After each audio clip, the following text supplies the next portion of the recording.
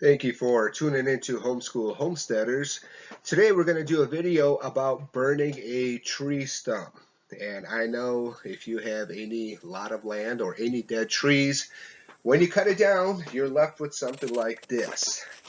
And they are very ugly, unsightly, and there has to be a way to get rid of them. Well, the first thing you do is you trim it. Cut it as low to the ground as possible. And I tried every single method out there to get rid of tree stumps, and this is the ones I propose. This is a cutaway view of a tree stump, and the first thing you do is you have to dig around the tree roots. So you want to expose as much of the roots as possible. And usually I do this in the fall, before the snow falls and before the ground freezes. So grab a shovel, start digging. Dig as much as you can, but you want to expose all of the roots.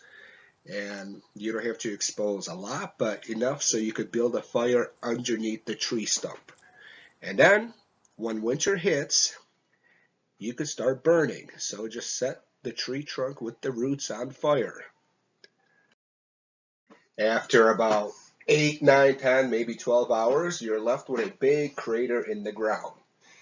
When springtime comes, you fill it up with some dirt, you spread some grass seeds, or you could even plant a little tree. So when your kids or grandkids are old, they'll probably cut it down and burn it. The cycle repeats itself.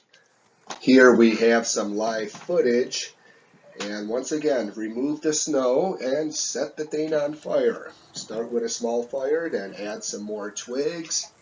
As the fire burns, you add more, spread the fire around, and basically just let the thing burn.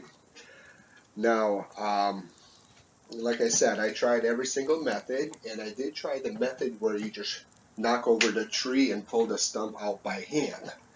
But you're left with it. And so what I did was I took one of those stumps that I pulled out by hand, and I decided to bring it to the fire and let it burn as well with the other stump in the ground.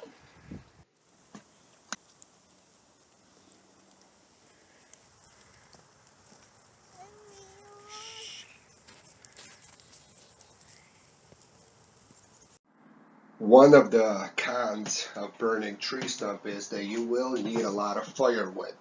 And if you look into my woods, I do have a lot of dead trees that need to be cut down and burnt.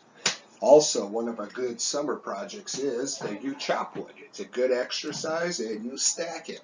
I do not have a wood burning stove yet, but as of now, I just chop wood in the fall, summer, stack it, and when winter comes, I use it to burn my tree stumps or clear out some of my land.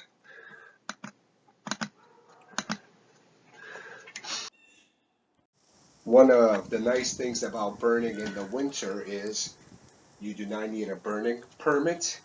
Otherwise, they're about $25 where I live, and the snow prevents the fire from getting out of control. So if a spark flies, it'll just land in the snow. And so this is why I like to do all my burnings in the winter. It is much safer. And plus there's nothing else to do besides watch TV.